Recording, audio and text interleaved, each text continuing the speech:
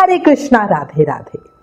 अघन यानी माघ शीर्ष मास के कृष्ण पक्ष की एकादशी को वैतरणी या उत्पन्ना एकादशी कहा जाता है। एकादशी के इस एक व्रत को रखने से मन चाही इच्छा पूरी होती है। माघ शीर्ष मास का महीना भगवान विष्णु की भक्ति करने का, उनकी कथा सुनने का महीना है। उत्पन्ना एकादशी की कथा बहुत ज्यादा महत्व वाली है, इसलिए अगर कोई सादा कह जो वैसे व्रत नहीं कर रहा, वो एकादशी की बढ़िया पूजा करके ये कथा जरूर ही सुन ले, बहुत ही उत्तम फल मिलता है। अब आज इस वीडियो में हम अति पावनी उत्पन्ना एकादशी की व्रत कथा को सुनेंगे। याद रखना, साल की बड़ी एकादशी है, सभी पूजा व्रत जरूर करें, कथा जरूर सुने। उत्पन्ना एकादशी से ही एकादशी का व्रत शुरू किया जाता है। उत्पन्ना का मतलब है स्टार्ट होना, उत्पन्न होना, है ना। तो इसीलिए इस दिन को एकादशी माता का प्रादुर्भाव दिवस मतलब उनका प्राकट्य दिवस कहा जाता है। उत्पन्ना एकादशी का महत्व भविष्योत्तर पुराण जैसे कई हिंदू ग्रंथों में वर्णित है, जो कि राजा युधिष्ठिर का भगवान श्री कृष्ण के साथ संवाद के रूप में बताया गया है। अब आपको इस एकादशी की अति पावन व्रत कथा बताती हूँ। प्रेम से, मन से, भाव से सुने। एक बार धर्मराज युधिष्ठिर ने भगवान श्री कृष्ण से पूछा, हे जनार्दन, एकादशी व्रत की क्या महिमा है? इस व्रत को करने से कौन कौन सा पुण्य मिलता है? इसकी विधि क्या है? सो कृपया करके आप मुझे सब बताएं। राजा युधिष्ठिर के ये वचन सुनकर भगवान श्री कृष्ण ने कहा, हे राजन, सर्वप्रथम हेमंत ऋतु के मार्गशीर्ष माह में कृष्ण पक्ष की एकादशी का व्रत करना चाहिए। दशमी की संध्या को दातुन करनी चाहिए और रात्रि को भोजन नहीं करना चाहिए। एकादशी को सुबह संकल्प नियम के अनुसार कार्य करना चाहिए। मध्याह्न को संकल्प पूर्वक स्नान करना चाहिए। स्नान से पहले शरीर पर मिट्टी का लेप लगाना चाहिए। स्नान के बाद मस्तक पर चंदन का तिलक लगाना चाहिए। स्नान के बाद धूप दीप नैवेद्य से भगवान की पूजा अर्चना करें। रात में दीपदान करें। ये सभी सात्विक कर्म भक्ति पूर्वक करने चाहिए। रात में जागरण करते हुए श्री हरि के नाम का जाप करना चाहिए तथा किसी भी प्रकार के भोग विलास या स्त्री प्रसंग से दूर रहना चाहिए। मन में पवित्र और सात्विक विचारों को ही जगह दे। इस दिन श्रद्धा पूर्वक ब्राह्मणों को दान दक्षिणा दे और उनसे अपने पापों कर्मों की क्षमा मांगे। धार्मिक जनों को शुक्ल पक्ष और कृष्ण पक्ष की दोनों एकादशियों को एक समान समझना चाहिए। इनमें भेदभाव नहीं करना चाहिए। इस तरह से जो मनुष्य एकादशी का व्रत करते हैं, उनको शंखो द्वार तीर्थ और दर्शन करने से जो पुण्य मिलता है, वह पुण्य एकादशी व्रत के पुण्य के 16वें भाग के बराबर भी नहीं है। इसके बाद श्री कृष्ण दोबारा बोले, हे राजा युधिष्ठिर, व्यतिपात योग में, संक्रांति में तथा सूर्य और चंद्र ग्रहण में दान देने से और कुरुक्षेत्र में स्नान करने से जो पुण्य मिलता है, वही पुण्य मनुष्य को एकादशी का व्रत करने मात्र से मिल जाता है। हे कुंती पुत्र, जो फल वेद पाठी ब्राह्मणों को 1000 गौदान करने से मिलता है, उससे 10 गुना अधिक पुण्य सिर्फ एकादशी का व्रत करने मात्र से मिल जाता है। 10 श्रेष्ठ ब्राह्मणों को भोजन कराने से जो पुण्य मिलता है, वह एकादशी के पुण्य के 10वें भाग के बराबर होता है। निर्जल व्रत करने का आधा फल एक बार भोजन करने के बराबर होता है। एकादशी का व्रत करने पर ही यज्ञ, दान, तप आदि मिलते हैं, अन्यथा नहीं।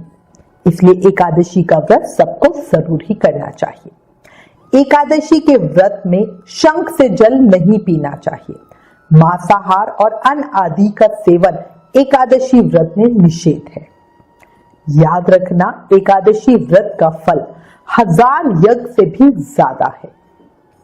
भगवान श्री कृष्ण के वचन सुनकर राजा युधिष्ठिर ने पुनः कहा, हे प्रभु, आपने इस एकादशी व्रत के पुण्यों को अनेक तीर्थों के पुण्य से श्रेष्ठ और पवित्र क्यों बतलाया है? कृपया करके ये भी मुझे समझाएं। भगवान श्री कृष्ण बोले, हे धर्मराज, मानवों के कल्याण के लिए तुमने ये बहुत सुंदर प्रश्न किया है, ध्यान से सुनो। सतयुग में एक महाभयंकर दैत्य था, उसका नाम मुर था। उस दैत्य ने इंद्र आदि देवताओं पर विजय प्राप्त करके उन्हें उनके पद से हटा दिया। इंद्र तथा अन्य देवता क्षीर सागर में गए, जहां पर भगवान श्री हरि शेष शैया पर विराजमान थे। इंद्र सहित सभी देवताओं ने भगवान विष्णु के सामने उपस्थित होकर उनकी स्तुति करते हुए कहा, हे तीनों लोकों के स्वामी, आप स्तुति करने योग्य हैं। हम सभी देवताओं का आपको कोटि कोटि प्रणाम है। हे दैत्यों के संहारक, हम आपकी शरण में आए हैं, आप हमारी रक्षा करें। हे त्रिलोकपति, हम सभी देवता दैत्यों के अत्याचारों से भयभीत होकर आपकी शरण में आए हैं। इस समय दैत्यों ने हमें स्वर्ग से निकाल दिया है और हम सभी देवता बड़ी ही दयनीय स्थिति में मृत्यु लोक में विचरण कर रहे हैं। अब आप ही हमारे रक्षक हैं, हमारी रक्षा कीजिए। हे अधिपति, हे जगन्नाथ, हमारी रक्षा करें। देवताओं की इस प्रकार करुण पुकार सुनकर भगवान श्री हरि विष्णु बोले, हे देवगणों, वो कौन सा दैत्य है जिसने देवताओं को जीत लिया? आप सभी देवगण किसके भय से मृत्यु लोक में भटक रहे हैं? क्या वह दैत्य इतना अधिक बलवान है जिसने इंद्र सहित सभी देवताओं को जीत लिया? तुम सभी बात निर्भय होकर मुझे बताओ। भगवान विष्णु के इन वचनों को सुनकर देवेंद्र ने कहा, हे प्रभु, प्राचीन काल में ब्रह्मवर्ष में उत्पन्न हुआ नारी जगम नाम का एक असुर था, जिसका मुर नामक एक पुत्र था, जो चंद्रावती नामक नगरी में निवास करता है। उसने अपने बल से मृत्युलोक और देवलोक को जीत लिया और अब सब देवताओं को देवलोक से निकाल दिया। कृपया आप इस बलशाली भयानक असुर का संहार करके देवताओं की रक्षा करें। देवेंद्र के मुख से ऐसे वचन सुनकर भगवान विष्णु बोले, हे देवताओं, मैं आपके शत्रुओं का शीघ्र ही संहार करूंगा। देवताओं की पुकार पर भगवान विष्णु तुरंत ही उनके साथ चल दिए। उधर दैत्यराज मुर ने अपने तेज से जान लिया कि श्री विष्णु युद्ध करने की इच्छा से उसकी राजधानी की तरफ आ रहे हैं, इसलिए वो अपने राक्षस योद्धाओं के साथ युद्ध भूमि में आकर गरजने लगा। देखते ही देखते युद्ध शुरू हो गया। युद्ध शुरू होने पर अनगिनत असुर अनेक अस्त्रों शस्त्रों को धारण कर देवताओं से युद्ध करने लगे, पर देवता तो पहले ही डरे हुए थे, इसलिए वो अधिक देर तक राक्षसों का सामना ना कर सके और भाग खड़े हुए। तब भगवान विष्णु स्वयं युद्ध भूमि में आ गए। दैत्य पहले से भी ज्यादा जोश में भरकर भगवान विष्णु से युद्ध करने लगे। वे अपने अस्त्र शस्त्रों से उन पर भयानक प्रहार करने लगे। दैत्यों के आक्रमण को भगवान श्री हरि विष्णु अपने चक्र और गदा के प्रहारों से नष्ट करने लगे। इस युद्ध में अनेक दैत्य सदा के लिए मृत्यु की गोद में समा गए, पर दैत्यराज मुर भगवान विष्णु के साथ युद्ध करता ही रहा। भगवान विष्णु मुर को मारने के लिए जिन जिन शस्त्रों का प्रयोग करते, वे सब उसके तेज से नष्ट होकर उस पर पुष्पों के समान गिरने लगते। तब वे आपस में मल्लयुद्ध करने लगे। भगवान श्री हरि उस असुर से देवताओं के लिए सहस्त्र वर्षों तक युद्ध करते रहे, पर उस असुर को जीत ना सके। अंत में भगवान विष्णु शांत होकर विश्राम करने की इच्छा से बद्रिक आश्रम स्थित 48 कोस लंबी एक द्वार वाली हेमवती नाम की एक गुफा में प्रवेश कर गए।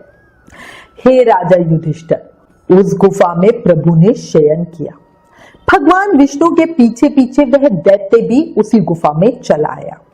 भगवान श्री हरि को सोता देखकर वह उन्हें मारने को तैयार हो गया, परंतु उसकी ये इच्छा पूरी नहीं हुई, क्योंकि उसी समय भगवान विष्णु के शरीर से एक दिव्य वस्त्र धारण किए एक अत्यंत मोहिनी कन्या उत्पन्न हुई और राक्षस को ललकार कर उससे युद्ध करने लगी।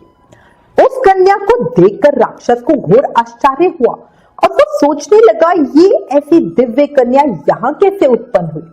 और फिर वो असुर उस कन्या के साथ युद्ध करने लगा। कुछ समय बीतने पर उस कन्या ने क्रोध में आकर उस दैत्य के अस्त्र शस्त्रों के टुकड़े टुकड़े कर दिए, उसका रथ तोड़ डाला। तब उस दैत्य को बड़ा ही क्रोध आया और वो सारी मर्यादाओं को भंग करके उस कन्या से मल्लयुद्ध करने लगा। उस तेजस्वी कन्या ने उस दैत्य को धक्का मारकर मूर्छित कर दिया और उसकी मूर्छा टूटने से पहले ही उसका सर काटकर धड़ से अलग कर दिया। सर कटते ही वह असुर पृथ्वी पर गिरकर मृत्यु को प्राप्त हुआ। भगवान विष्णु जब निद्रा से जागे तो उस असुर को मरा देखकर उन्हें घोर आश्चर्य हुआ और फिर सोचने लगे कि इस महाबली को किसने मारा है। तब वह तेजस्वी कन्या श्री हरि से हाथ जोड़कर बोली, हे जगदीश्वर, ये असुर आपको मारने आ रहा था, तब मैंने आपके शरीर से उत्पन्न होकर इस असुर का वध कर दिया। कन्या की बात सुनकर भगवान बड़े प्रसन्न हुए और बोले, तुमने इस असुर को मारा है, इसलिए हे कन्या, मैं तुमसे अत्यंत प्रसन्न हूं। इसे मारकर तुमने तीनों लोकों के देवताओं के कष्टों को हरा है, इसलिए तुम अपनी इच्छा अनुसार वरदान मांग लो, मैं तुम्हारी हर इच्छा को पूरा करूंगा। भगवान की बात सुनकर वे कन्या बोली, हे प्रभु, मुझे ये वरदान दीजिए कि जो भी मनुष्य या देव मेरा व्रत करे उसके सभी पाप नष्ट हो जाए और अंत में उसे स्वर्गलोक की प्राप्ति हो। मेरे व्रत का आधा फल रात्रि को मिले और उसका आधा फल एक समय भोजन करने वाले को मिले। जो श्रद्धालु भक्ति पूर्वक मेरे व्रत को करे वे निश्चय ही बैकुंठ लोक को प्राप्त करे। जो मनुष्य मेरे व्रत में दिन तथा रात को एक बार भोजन करे वो धन धान्य से भरपूर रहे। कृपा करके मुझे ऐसा वरदान दीजिए। भगवान श्री हरि प्रसन्न होते हुए बोले, हे कन्या, ऐसा ही होगा। मेरे और तुम्हारे भक्त एक ही होंगे और अंत में संसार में प्रसिद्धि को प्राप्त होकर मेरे लोक को प्राप्त करेंगे। हे कल्याणी, तुम एकादशी को पैदा हुई हो, इसलिए तुम्हारा नाम भी एकादशी हुआ, और क्योंकि तुम मेरे अंश से उत्पन्न हुई हो इसलिए संसार में तुम उत्पन्ना एकादशी के नाम से जानी जाओगी। तथा जो मनुष्य इस दिन व्रत करेंगे उनके समस्त पाप समूल नष्ट हो जाएंगे। तुम मेरे लिए अब तीज, अष्टमी, नवमी और 14 से भी अधिक प्रिय हो। तुम्हारे व्रत का फल सब तीर्थों के फल से भी महान होगा, ये मेरा वचन है। इतना कह के भगवान श्री हरि उसी स्थान पर अंतर्ध्यान हो गए। भगवान श्री कृष्ण ने कहा, हे पांडु पुत्र, एकादशी के व्रत का फल सभी व्रतों और सभी तीर्थों के फल से महान है। एकादशी व्रत करने वाले मनुष्यों के शत्रुओं का मैं जड़ से नाश कर देता हूं और व्रत करने वाले को मोक्ष देता हूं। उन मनुष्यों के जीवन के जो भी कष्ट होते हैं उन्हें भी दूर कर देता हूं। मुझे अत्यंत प्रिय एकादशी के व्रत को करने वाला प्राणी सभी ओर से निर्भय और सुखी होकर अंत में मोक्ष को जाता है। हे कुंती पुत्र, ये मैंने तुम्हें एकादशी की उत्पत्ति के विषय में बतलाया है। एकादशी व्रत सभी पापों को नष्ट करने वाला और सिद्धि देने वाला है। श्रेष्ठ मनुष्यों को दोनों पक्षों की एकादशियों को समान समझकर उनमें भेदभाव नहीं करना चाहिए और दोनों का व्रत करना चाहिए। जो मनुष्य एकादशी महत्म को पढ़ता या सुनता है उन्हें अश्वमेध यज्ञ करने के समान फल मिलता है, ये मेरा अकट्य वचन है। एकादशी महत्तम समाप्तम। याद रखो, इस कथा से हमें पता चलता है कि एकादशी भगवान विष्णु की साक्षात शक्ति है, जिस शक्ति ने उस महान असुर का वध किया जिसे भगवान भी जीत पाने में असमर्थ हो रहे थे। उस शक्ति के आगे मनुष्य के पाप रूपी जो असुर है, बताओ भला वो कैसे टिक सकते हैं? खुद ही सोचो, है ना। जिस शक्ति ने देवताओं के कष्टों को हर कर उन्हें सुख दिया वो हम मनुष्यों को क्या नहीं दे सकती, है ना। एकादशी व्रत से मनुष्यों को सुख, समृद्धि, शांति और मोक्ष सभी सुख सहज ही प्राप्त हो जाते हैं। इसलिए प्रेम से, मन से, भाव से उत्पन्ना एकादशी का व्रत करो, पूजा करो, कथा सुनो, साथ ही अधिक से अधिक नाम जाप करो। हरे कृष्ण कृष्ण कृष्ण हरे हरे, हरे राम राम राम हरे हरे। ओम नमो नारायणाय नमः।